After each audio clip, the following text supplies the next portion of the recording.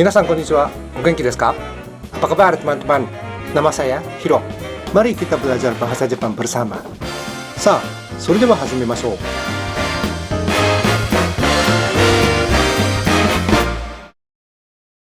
リンゴがある、猫がいる、kita sudah pelajari.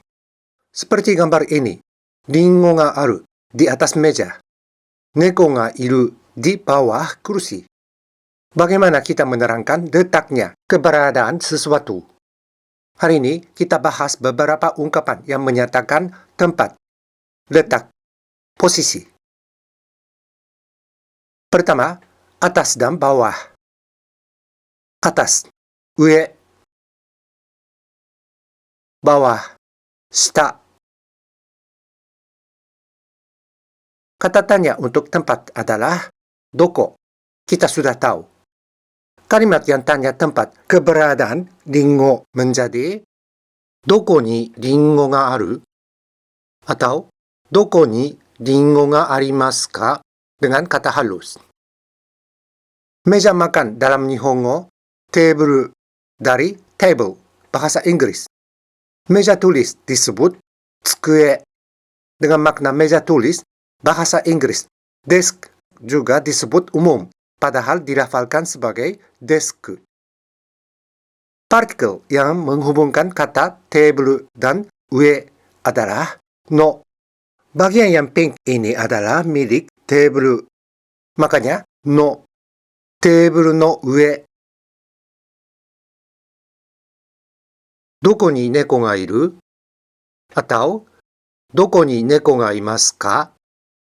Kursi dalam Nihongo, isu. Sama dengan table no ue. Ruang yang biru ini adalah milik isu. Makanya partikel yang menghubungkan isu dan shita adalah no. Isu no shita. Partikel no ini kita tidak bisa menyingkat. Tidak disebut sebagai table ue, isu shita. Kita membuat kalimat. Ringo berada di table no ue. Partikel yang menentukan tempat keberadaan sesuatu untuk aru dan iru adalah ni. Seperti kita sudah pelajari dalam 039. Ni ini juga tidak bisa disingkatkan. Tidak ada partikel yang diganti. Table no ue ni ringo ga aru.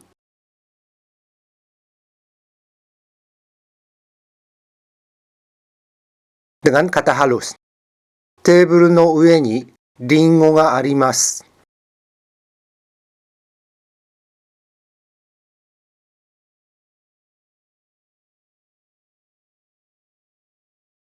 Shita juga sama. Isu no shita ni neko ga iru.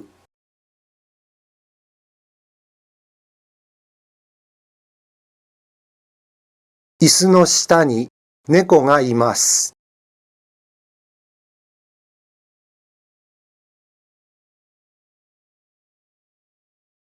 Yang berikut, kanan dan kiri. Kanan, migi. Kiri, hidari. Contoh. Migi wa Departemen Polisi Metro Tokyo. Hidari wa Departemen Hukum. Migi wa Fujisan desu. Hidari wa Bali no Gunung Agung desu. 3 orang dalam foto ini bisa dijelaskan seperti この女性は田中さんです。右は山田さんです。左は中村さんです。Dalam konteks ini, 右 menunjuk Tanaka san no migi, hidari menunjuk Tanaka san no hidari. Jelas karena kalimat yang pertama mengatakan perempuan yang di tengah adalah Tanaka san. この女性は田中さんです。右に山田さんがいます。左に中村さんがいます。Keadaan foto ini bisa dijelaskan juga dengan iru. Sebelum kalimat 5 dan 6 juga tersembunyi Tanaka san no 右に山田さんがいます。田中さんの左に中村さんがいます. Benar sebagai kalimat. Tetapi repot juga mengulang satu kata.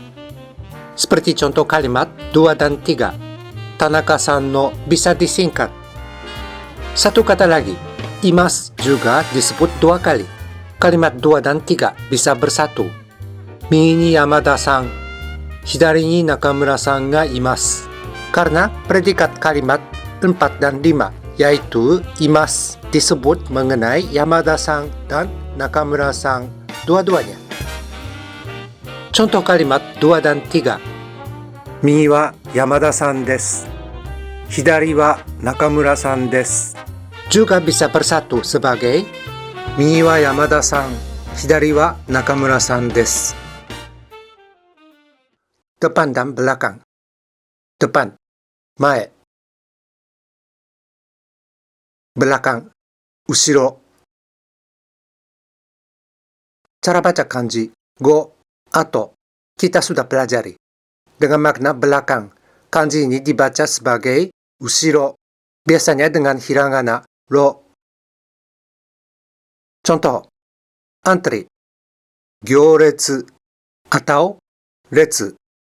Gyoretsu no mae, gyoretsu no ushiro, atau retsu no mae, retsu no ushiro. Kata-kata ini bisa menunjuk tempat seperti ini. Juga letak ini. Tergantung konteks. Mobil dalam Nihongo, jidosha, umumnya disebut sebagai kuruma. Kuruma intinya roda, tetapi kini kuruma biasanya berarti mobil. Contoh, kuruma no mae, kuruma no ushiro. Kata ini bisa menunjuk tempat ini. Juga bagian mobil ini. Kalau ganti urutan kata, hubungan 2 kata berubah. Mae no kuruma. Mae no kuruma artinya mobil ini. Ushiro no kuruma.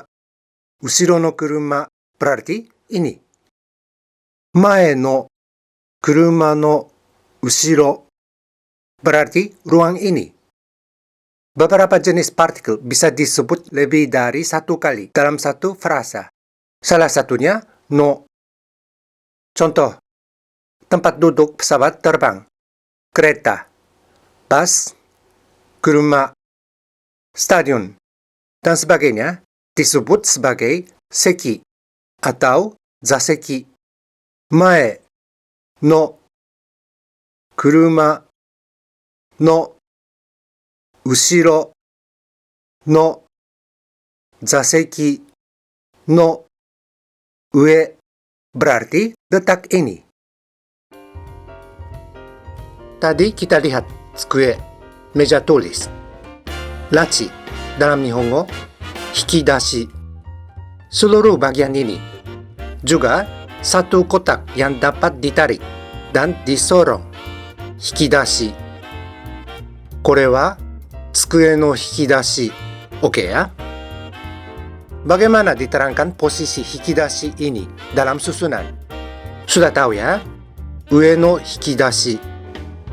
Kore wa shita no hikidashi. Posisi hikidashi ini bagaimana? Ungkapan yang paling biasa dan umum adalah mannaka. Naka juga punya inti dalam. Tetapi mannaka tidak punya makna dalam. Arahnya baik tegak lurus maupun garis mendatar.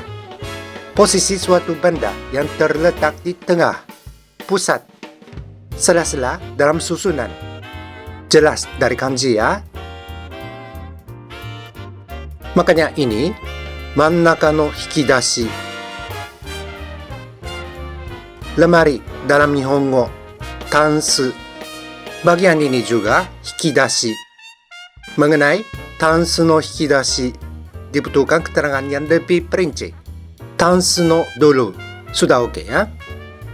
Baris tegak lurus ini, migi di mata saya juga ada. Makanya, migi no. Biasanya kita hitung sesuatu yang bertingkat dari atas, ue. Boleh juga disebut kelima, mengenai hikidasi ini. Tetapi lebih gampang menghitung dari bawah, shita ya.